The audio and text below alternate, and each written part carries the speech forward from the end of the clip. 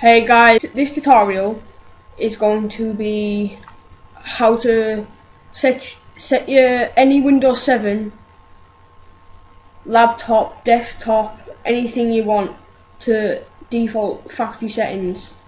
Right, so what you want to do is head over to the start button, click it, or you can click the start button on your Windows keypad or whatever. Then go to control panel. Right, so you should be on this now, and as you can see there's lots of different things that you can do. Many people have been on here before. If you haven't, then just, like, this is new to you, then just follow what I do. Right, system and security.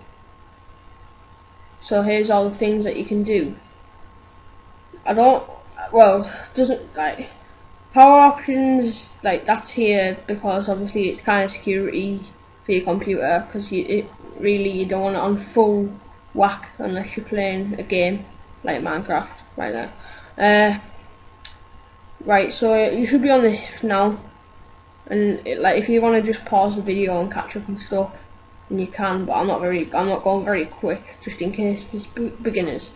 So click backup and restore, and again pause the video if you need to catch up.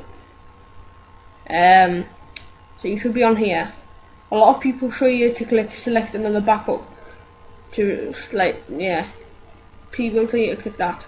Do not click that. It takes so much longer to do. You get an extra step in it, and this is pointless when you just, like, don't have to do it. Unless you actually desperately want to back up some game like World of Warcraft where it's like huge download. You don't have to, like, unless you want to do that, don't do it. You don't need to do it.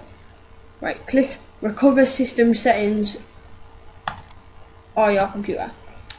So when you get to this part, don't click anything here. That button is not worth your time. Click advanced recovery methods. It should be on this page. Click this button.